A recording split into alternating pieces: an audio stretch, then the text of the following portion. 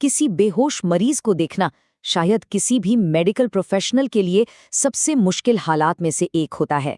सब कुछ दांव पर लगा होता है ना? तो चलिए आज उस स्टेप बाय स्टेप प्रोसेस को समझते हैं जिसे जिंदगी और सबसे जरूरी दिमाग को बचाने के लिए फॉलो किया जाता है। जरा सोचिए, कोई मिलता है जो बेहोश है, वक्त तेजी से निकल रहा है। दिमाग में सबसे पहला सवाल आता है, अब क्या? ये एक ऐसी सिचुएशन है जहां हर एक सेकंड की कीमत होती है और एक सही कदम जिंदगी और मौत के बीच का फासला तय कर सकता है। इस पूरी प्रक्रिया को एक फनल की तरह समझ सकते हैं। हम सबसे ज़रूरी यानी जान बचाने वाले उपायों से शुरू करेंगे, फिर जल्दी से होने वाली जांचों की तरफ बढ़ेंगे और फिर आखिर में ये पता लगाएंगे कि ऐसा हुआ क्यों, ताकि आगे का इलाज तय हो सके। तो सबसे पहले ये समझना ज़रूरी है कि हम आखिर डील किस चीज़ से कर रहे हैं। देखिए, बेहोशी का मतलब सिर्फ सो जाना नहीं होता। ये एक बहुत ही सीरियस मेडिकल इमरजेंसी है जहां उठाए गए हर कदम का सिर्फ एक ही मकसद होता है, मरीज की जान और उससे भी ज्यादा उनके दिमाग को बचाना। तो बेहोशी का सीधा सा मतलब है कि इंसान किसी भी बाहरी चीज पर जैसे कि आवाज या दर्द पर कोई भी रिएक्शन नहीं दे रहा है, और यही बात इसे इतना खतरनाक बनाती है। मतलब तुरंत एक्शन लेना ही होगा, यहाँ इंतजार करने का कोई ऑप्शन नहीं है। ये सीधे सीधे जान बचाने का मामला है। किसी भी इमरजेंसी में मेडिकल प्रोफेशनल्स हमेशा बेसिक्स पर वापस जाते हैं, और बेहोशी के मामले में ये बेसिक्स हैं ABCs। ये वो पहले और सबसे ज़रूरी कदम हैं जो किसी भी और चीज़ से पहले उठाए जाते हैं। तो इसका एक तय क्रम है जो बहुत ज़रूरी है। सबसे पहले A यानी कि एयरवे। क्या मरीज की सांस की नली साफ है? मुंह में अगर कोई रुकावट है तो उसे साफ किया जाता है। इसके बाद आते हैं B पर, यानी ब्रीदिंग। क्या मरीज ठीक से सांस ले पा रहा है? अगर नहीं तो ऑक्सीजन दी जाती है। और आखिर में C यानी सर्कुलेशन। क्या कहीं से खून बह रहा है जिसे रोकना जरूरी है? और हाँ, इन सब के बीच रीढ़ की हड्डी, खासकर गर्दन के हिस्से को कोई नुकसान न पहुंचे, ये पक्का करना सबसे बड़ी प्राथमिकता होती है। अच्छा, एक बार जब ABC स्टेबल हो जाते हैं तब हम जांच के अगले लेवल पर जाते हैं। यहाँ मकसद उन वजहों को ढूंढना है जिनका इलाज फौरन किया जा सकता है, ऐसी वजहें जो शायद मरीज की हालत को चुटकियों में सुधार सकती हैं।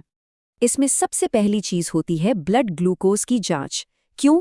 क्योंकि हाइपोग्लाइसीमिया यानी ब्लड शुगर का बहुत कम हो जाना बेहोशी का एक बहुत ही आम कारण है, और इसका इलाज बस डेक्सट्रोज का एक इंजेक्शन देकर फौरन किया जा सकता है। इसके साथ साथ सिर और रीढ़ की हड्डी में कोई चोट तो नहीं है, इसकी भी जांच की जाती है, खासकर अगर कोई एक्सीडेंट हुआ हो। तो अब जब मरीज स्टेबल है तो सारा ध्यान इस सवाल पर जाता है कि ऐसा हुआ क्यों।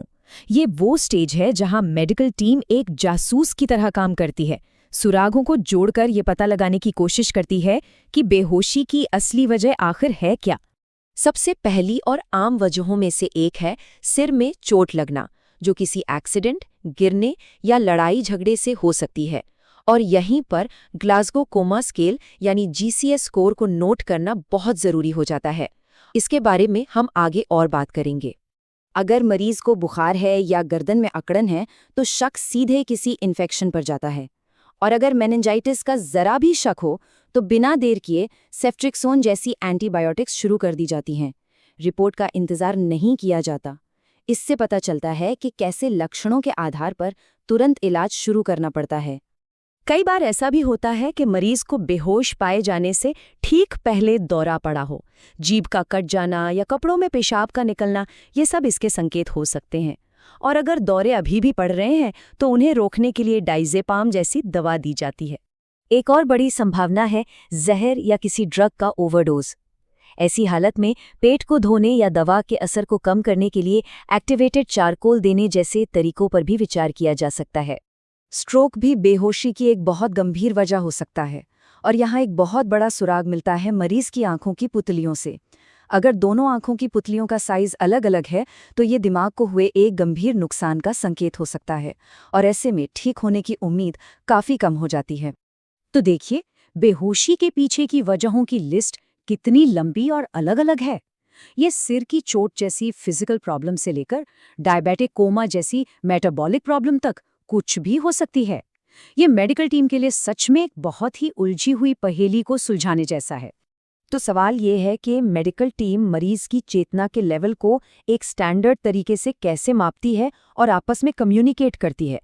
इसके लिए कुछ खास टूल्स होते हैं जो चेतना को मापने की एक यूनिवर्सल भाषा की तरह काम करते हैं।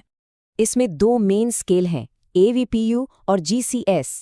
AVPU एक बहुत ही तेज और आसान तरीका है जो इमरजेंसी में इस्तेमाल होता है। A मतलब अलर्ट, V मतलब आवाज पर रिएक्शन, P मतलब दर्द पर रिएक्शन और U मतलब कोई रिएक्शन नहीं। दूसरी तरफ GCS एक ज्यादा डिटेल्ड और गहराई से जांच करने वाला स्केल है। ग्लासगो कोमा स्केल यानी GCS को दुनिया भर में चेतना के लेवल को जांचने का गोल्ड स्टैंडर्ड माना जाता है। ये सिर्फ हाँ या नहीं में जवाब नहीं देता, बल्कि ये 3 खास एरिया में मरीज के रिएक्शन को बारीकी से जांचता है। चलिए देखते हैं ये काम कैसे करता है।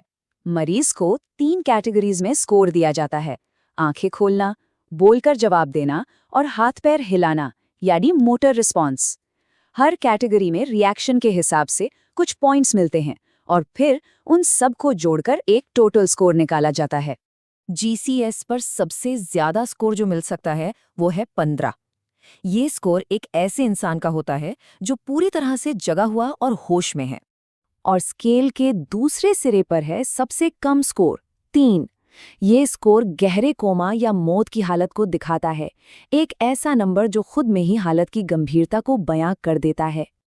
अब आता है आखिरी और सबसे जरूरी कदम, ये फैसला करना कि क्या मरीज का इलाज यहीं हो सकता है या उसे बेहतर इलाज के लिए किसी बड़े सेंटर में भेजने की जरूरत है। और ये एक बहुत ही क्रिटिकल फैसला होता है। कुछ हालतें ऐसी होती हैं जिन्हें देखते ही मरीज को तुरंत रेफर करना पड़ता है, जैसे कि सिर में गंभीर चोट, 8 से कम का GCS स्कोर या लगातार पड़ने वाले दौरे। ये लिस्ट इस बात को पक्का करती है कि सबसे गंभीर मरीजों को जल्द से जल्द वो खास देखभाल मिले जिसकी उन्हें जरूरत है। तो आखिर में ये जो पूरा सिस्टम है, ये हर तरह के कन्फ्यूजन को एक सही तरीके में बदल देता है। लेकिन जब हम इस पूरी प्रक्रिया को देखते हैं, कैसे सारा ध्यान हमारी सबसे बेसिक चीजों पर है, सांस लेना, खून का बहना, तो ये हमें एक गहरा सवाल सोचने पर मजबूर करता है। ये हमें दिखाता है कि हमारी चेतना, हमारा होश वाकई में कितनी नाजुक नींव पर टिका हुआ है।